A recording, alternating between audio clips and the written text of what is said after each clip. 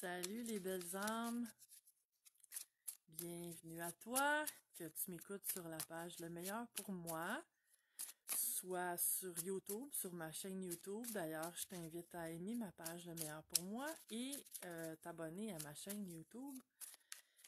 Et peut-être que tu vois aussi cette vidéo-là, si quelqu'un l'a partagée sur sa page, peu importe, si tu es là, il n'y a pas de hasard.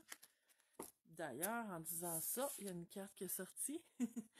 On fait les tendances de la semaine du 17 au 23 octobre 2020 en me connectant aux énergies globales. On va regarder qu'est-ce qui nous attend. Donc, ça se peut que selon les semaines, ça te parle un peu moyennement, beaucoup passionnément, à la folie. Qui sait? Mais tu ajustes tout ce que je dis à ta situation. Évidemment, c'est un tirage général, donc c'est à prendre selon comment toi tu vis les choses et ajuster aux besoins. Si jamais tu as besoin de guidance plus personnalisée, je fais aussi des tirages personnels, évidemment. Tu fais juste me faire signe et on fait ça par caméra, tout simple et ça permet d'éclairer ton chemin, ça permet de passer à autre chose, défaire certains blocages que tu peux avoir, certaines incompréhensions, mieux t'aligner dans ta vie, suivre ton essence, parce que je connecte avec l'âme, donc ça permet de faire des belles transformations et des belles prises de conscience. Allons voir pour cette semaine, donc, on commence ça avec le cavalier de bâton. Semaine de mouvement, semble-t-il. Le cavalier de bâton qui arrive, j'ai l'impression qu'il y a comme une énergie de précipitation. Ça peut être des nouvelles précipitées, quelque chose d'inattendu, une nouvelle que j'attendais plus ou pas, et que finalement, ça arrive. Je sens une belle énergie à travers ça. Quoique pour certaines personnes, j'ai l'impression que cette nouvelle-là, que je sens positive, va pas nécessairement arriver de façon agréable. Pas que c'est désagréable ou difficile, mais que pour certaines personnes, vu que ça sera pas aligné sur ce qui était attendu ou prévu, que ça va demander une ouverture pour permettre de voir que c'est positif. Parce que parfois, quand c'est pas selon ce que je voulais, j'ai l'impression au départ que c'est négatif et si je résiste à quoi que ce soit dans la vie, bien souvent, ce que moi j'ai remarqué en tout cas, et tout ce que je dis, t'en fais ce que tu veux, mais c'est que quand je mets des résistances, ça devient compliqué, difficile, pénible même, et que simplement en faisant preuve d'ouverture et en cherchant le côté caché, le côté merveilleux, le côté magique, ben on finit par voir que tout ça a un sens, que rien arrive pour rien et que chaque événement qui survient peut me servir à mon plus grand bien, au plus grand bien de tous, et que tout peut rentrer dans ce moule-là. Donc, ici, ce que je vois, c'est quelque chose qui n'était pas nécessairement attendu. Donc, attention aux surprises, mais pas attention, là, c'est pas quelque chose qu'il faut vraiment se protéger. Mais je sens que ça demande vraiment, pour beaucoup, une ouverture. Fait que ce que je t'invite à faire, c'est de prendre le temps de prendre un recul, puis observer les choses, accueillir les choses, plutôt que de tout de suite penser que quelque chose va être dérangeant ou négatif, ou de tout de suite mettre une étiquette sur ce qui arrive. De plutôt prendre le temps de regarder comment ça, peu importe de quoi on parle, que ça va être différent pour chacun, évidemment, comment tout ça peut être bien, dans le fond, pour moi, à plus ou moins long terme. Ensuite, je te la montre à l'endroit, mais la carte était à l'envers, un autre cavalier. Cette fois-ci, le cavalier de coupe. Donc, 2 cavaliers pour commencer la semaine. Le cavalier de coupe, lui, tu sais, il est plus doux.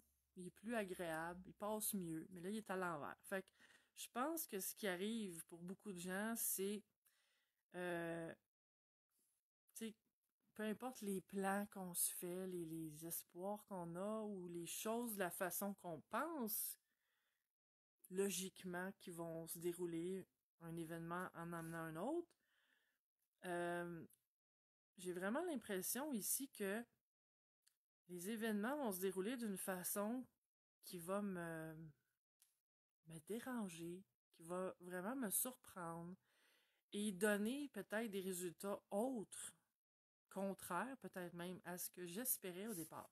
Parce que ce cavalier de coupe-là, c'est comme ça que je le vois, c'est ce que j'espérais. Mais la carte étant à l'envers, la signification, évidemment, est inversée. Hein? Donc, je vois vraiment un besoin d'ouverture. Ouvrir les œillères, faire preuve de plus de tolérance et d'accueil pour bien passer cette semaine-là. Ensuite, on a la roue de fortune. La roue de fortune, elle nous dit que les choses bougent, les choses changent, les choses évoluent. Et il y a encore un peu cette symbolique-là que, tu sais, la vie n'a pas besoin de moi hein, pour se dérouler. Bonjour Aline. Tu sais, la vie fonctionnait très bien avant que j'arrive et va continuer de fonctionner très bien après que je sois passée. Tu sais, ce que je cherche à dire ici, c'est que, justement, j'ai à laisser les choses se dérouler. Il y a vraiment, pour beaucoup, ça va être une question de maîtriser la partie de nous qui a besoin de contrôler tout, diriger, puis décider. Parce que là, ici, on dirait que les choses veulent prendre une tournure inattendue, vraiment. Et ça va demander, selon les personnes, plus ou moins d'efforts. Donc, plus je vais être ouverte, plus je vais être dans l'accueil, plus je vais être, au lieu d'être dans la résistance, ben mieux ça va se passer. Plus je vais voir rapidement comment je peux me servir de ce qui arrive pour mon plus grand bien, au lieu de m'en servir pour me frustrer, pour être déçu, pour bouder, pour chialer, ou pour me retirer dans mon coin, puis abandonner, puis que là, ben, d'une façon ou d'une autre, je ne sois pas bien là-dedans. Donc, tout dépend de comment on choisit de prendre les choses. Ensuite, on a le 7 d'épée. Le 7 d'épée, c'est la carte où, dans le fond, tu sais, on a à quitter ou à choisir, dans le fond. Il y a un choix qui a à être fait. C'est c'est vraiment d'écouter, dans le fond, comment je me sens. C'est de ne pas être nécessairement sur mes gardes aussi tout le temps. C'est de choisir ses combats. Puis de faire attention à comment je pense les choses, comment je perçois les choses. Et de pas, tu sais, ce que je disais au début, parce que j'avais pas vu les cartes qui étaient pour suivre, là, mais ce que je disais au début par rapport à être porté à étiqueter rapidement une situation. Ça peut être une personne qui arrive dans ma vie aussi, là, ou un nouvel emploi, ou peu importe. Là. Mais cette tendance-là à étiqueter rapidement quelque chose qui me dérange ou qui me fatigue ou qui n'est pas aligné sur ce que moi je voulais, ça nous nuit. Ça nous nuit parce que ça amène un inconfort, un malaise. On s'éloigne du bonheur. Et plus on ouvre, on accueille, même si c'est pas comme je voulais, ça veut pas dire. Je dis toujours, ça veut pas dire d'accepter ce qui est inacceptable, puis de tolérer ce qui est intolérable. Là. Mais est-ce que c'est moi qui a à m'assouplir? Est-ce que je suis un peu trop dans le jugement? Puis tu sais, je remarque beaucoup que dans les mois qui passent, là, ces derniers mois, avec le COVID et tout ce qui s'ensuit, tout ce qui est relié de près ou de loin à tout ce qu'on vit relié au COVID, as-tu remarqué comment les atmosphères, les ambiances sont de moins en moins agréables? Les gens sont sur les dents, impatients, agressifs. Fait que, tu sais, tout ça, je vois ça aussi à travers ici. D'apprendre à prendre les choses un peu moins, tu sais, agressivement et sur la défensive. Puis de revenir à comment je peux être bien, moi. Comment je peux être en harmonie. Je peux pas changer l'environnement. Je peux pas changer ce qui se passe autour de moi. J'ai aucun contrôle là-dessus. Mais comment moi, dans tout ça, tel que c'est, exactement tel que c'est, comment je peux me sentir bien malgré tout ça? Et ça dépend vraiment de moi, de ma façon de voir les choses. Est-ce que je porte des lunettes noires qui noircissent tout? Ou est-ce que je porte des lunettes roses qui embellissent tout, qui continuent de voir de la beauté? C'est pas des lunettes roses qui me font camoufler la réalité, puis nier ce qui va pas. C'est des lunettes roses de joie, de bonheur que, dans le fond, en sachant que tout ça, ça dépend que de moi. C'est mon choix de vouloir être bien, peu importe ce qui se passe autour.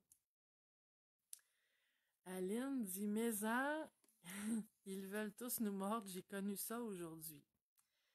C'est un phénomène de global, de société. Je vois ça, je sens ça dans les énergies.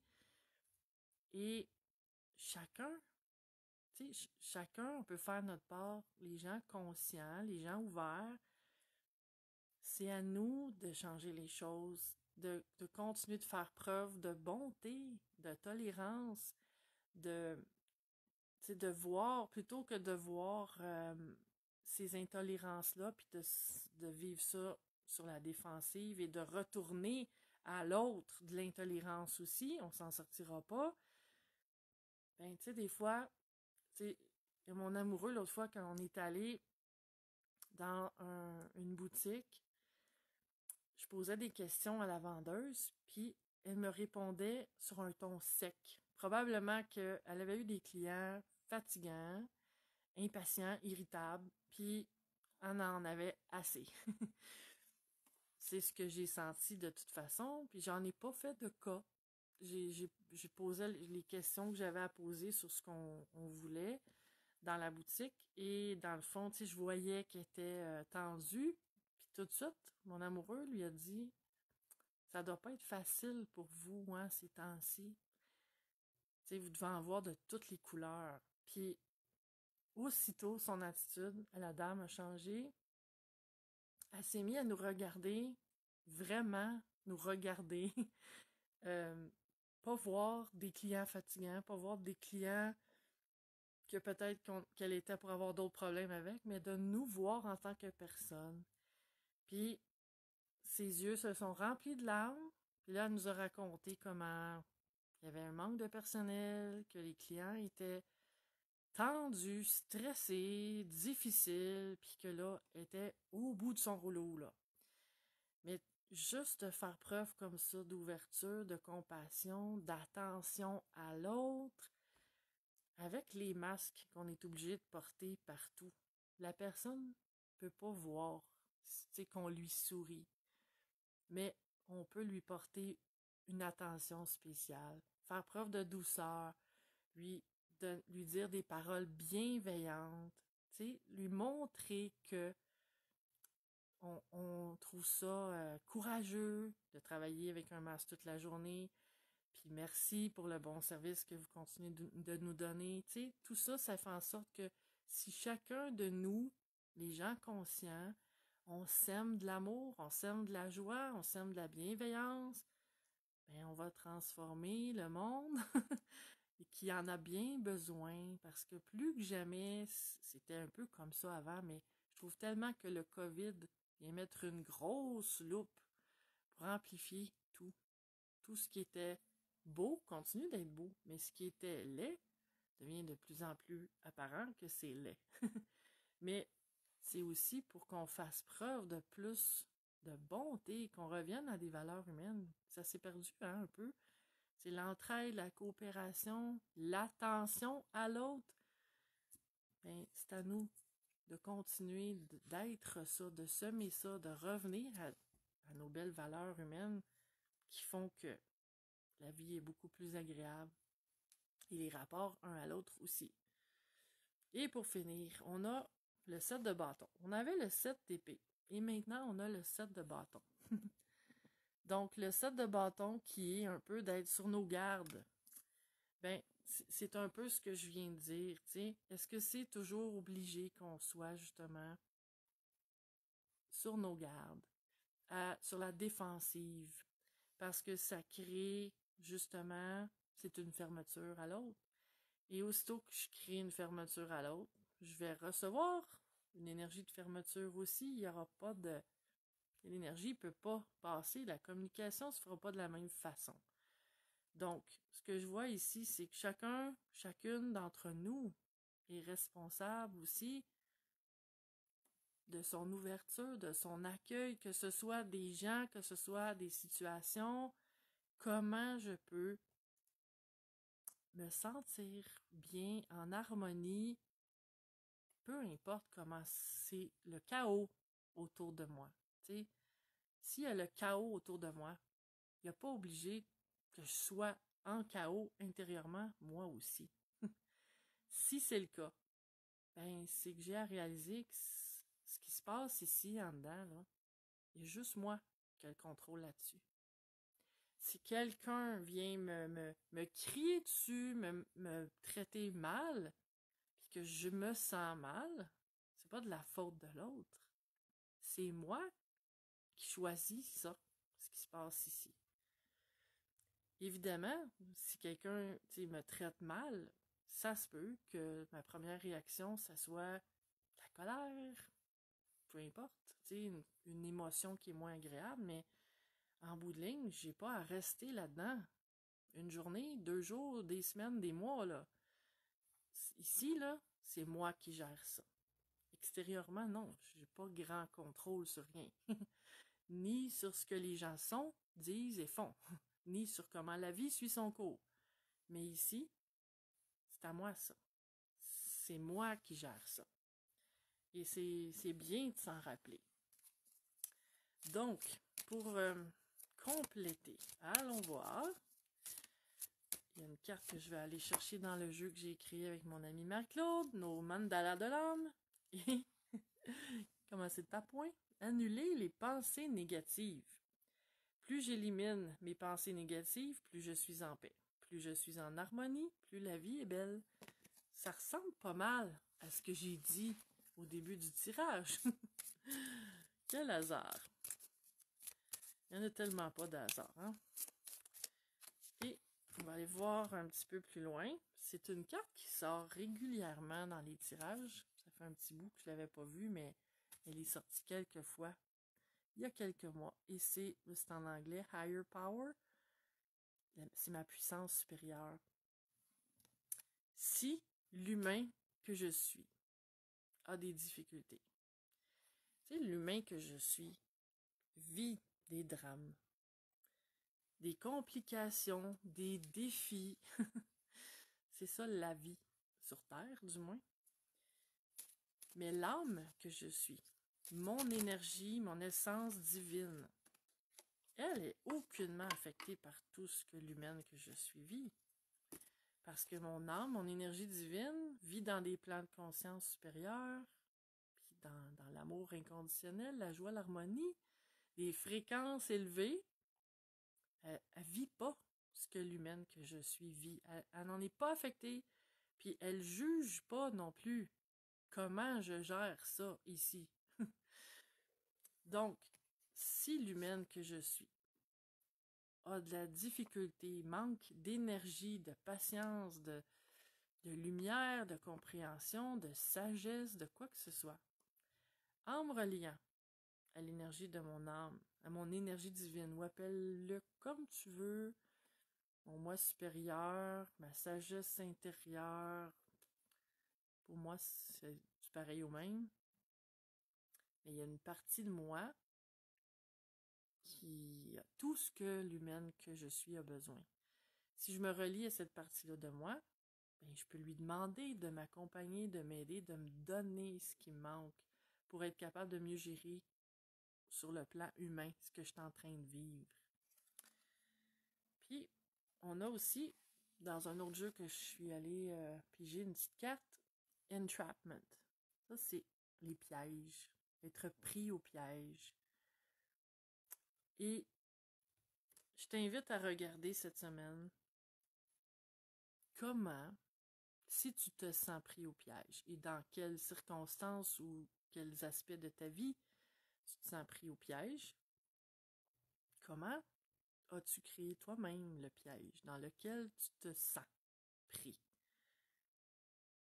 Et la bonne nouvelle, c'est comment tu peux défaire ça simplement en ouvrant ici au niveau de la conscience, en sortant de beaucoup de situations se gèrent mieux en sortant du sérieux, en sortant du niveau de stress qui est relié à pas savoir quoi faire avec une situation, pas savoir comment gérer quelque chose, ou pas avoir envie de gérer aussi. Parfois, il arrive quelque chose, puis sur le coup, on n'a pas envie de gérer ça, on n'a pas envie de s'occuper de ça, on n'a pas l'énergie, on se sent pas le temps non plus, puis on se dit qu'on aurait bien d'autres choses à faire que d'avoir ça à gérer. Peu importe de quoi je parle ici, là. Mais, en quelque part, tout se gère mieux à partir du moment où j'arrête de m'attarder sur le côté lourd des choses, puis que ça m'entraîne dans une espèce de spirale qui m'éloigne de ma lumière, qui m'amène vers le malaise, la misère, un état très inconfortable. Puis de me relier à quoi que ce soit qui me permet de m'élever. C'est-à-dire, de un, d'avoir le courage de prendre en main, puis de prendre les décisions qui s'imposent, de faire les actions qui s'imposent, puis de régler les choses là, le plus tôt que je peux les régler. Parce que si je m'écrase dans cette espèce d'énergie-là de « Ah, j'ai pas envie de m'en occuper, j'ai pas envie de vivre ça », puis que je résiste, en fait, à la réalité, ben mon malaise, il va durer. Il va durer tant que je fais rien pour que ça change. Puis ça, c'est des choses qui ont tendance à s'accumuler. Une chose que j'ai pas réglée, puis une autre qui arrive, puis une autre. Puis à un moment donné, là, la montagne, là, tu sais, j'en ai par-dessus la tête. Je sais, je l'ai déjà vécu, puis si j'en parle, c'est parce que je le sens qu'il y a des personnes qui sont là-dedans aussi. Puis que là, à un moment donné, la vie, ben, elle veut pas m'écraser en dessous de tout ça. La vie, elle montre que si je m'occupe de mes choses, puis que je les règle au fur et à mesure, une journée à la fois, une chose à la fois, ben, je vais traverser cette période-là. Au lieu de voir ça comme la montagne, tu sais, si je veux aller gravir une montagne, puis je suis en bas, puis je la regarde, puis je me dis, mon Dieu, j'arriverai jamais en haut, c'est décourageant. Mais si je prends ça étape par étape, puis que je m'assure que tout au long du chemin, je m'amuse, je profite, tu sais, au lieu de vivre ça dans la lourdeur puis la résistance, tu sais, tant qu'à être ici sur la Terre, là, avoir des défis à relever, pourquoi pas m'assurer que j'ai du plaisir à le faire? Puis ça dépend de moi. C'est à moi de l'amener la joie dans ma vie. En fait, partout où j'enlève toutes les couches de résistance, en moi, il y en a de la joie. Elle n'arrivera pas la joie quand il va arriver une situation merveilleuse qui va me sortir de mon inconfort. La joie n'arrivera pas à mesure la journée où toutes mes choses vont être réglées, où les situations vont changer, où le COVID va être du passé. Non, la joie, c'est à moi de l'amener ici, aujourd'hui, dans ma vie. Puis pourquoi pas aussi d'en semer dans la vie des gens que je rencontre au jour le jour. quoique je suis pas responsable de les rendre heureux ou les sortir de leur humeur ou leur état, mais je peux quand même répandre cette joie-là, puis montrer aux autres que oui, c'est possible d'être bien dans la vie. C'est possible d'être joyeux. C'est possible d'aimer le voyage. Si ce tirage-là t'a parlé, ou si ça t'a fait penser à quelqu'un, je t'invite à le partager et je t'en remercie. Et je te souhaite une merveilleuse semaine. Pleine d'amour, pleine de lumière. À bientôt. Ciao.